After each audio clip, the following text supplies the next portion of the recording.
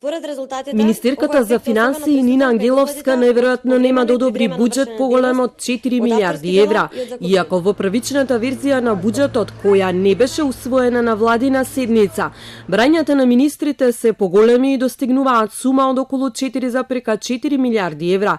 Планот на Министерството за финансии речи си сите да добијат помалку од она што побарале. Во таа насока и реакцијата на Министерството за финансии, во која се посочува дека шпекулации за износите не са потребни, но потенцира дека буџетот за следната година ќе биде помал од 4,4 милиарди евра. Финалните усогласувања со министерствата ќе бидат направени вечерва, а утре буџетот ќе стигне во собрание. Јас очекувам дека утре од Сабајле владата ќе го гласа самиот буџет.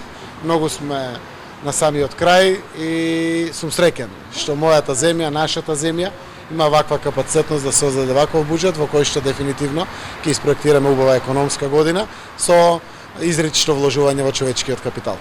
Во предлог буџетот кој се разгледувал на владина седница, како и во сите досегашни буџети, најголем е износот на Министерството за труд и социјална политика, каде се планирани нешто повеќе од 800 милиони евра, иако и тука имало поголемо барање.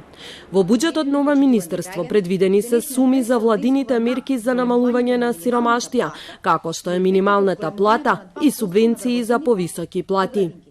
Во предлог буџетот разгледувано било вкупното задолжување да биде 1 милиарда евра, од кои 400 милиони евра се домашно, а 600 милиони евра се задолжување во странство. Сепак, иако задолжувањето е 1 милиарда евра, нето износот на задолжување ќе биде околу 400 милиони евра, бидејќи за раздолжување стигнува сума од 600 милиони евра. Министерството за финансии официјално остануваат на ставот дека дефицитот ќе биде 2,3% од БДП, а јавниот долг нема да го надмине она што е планирано во фискалната стратегија.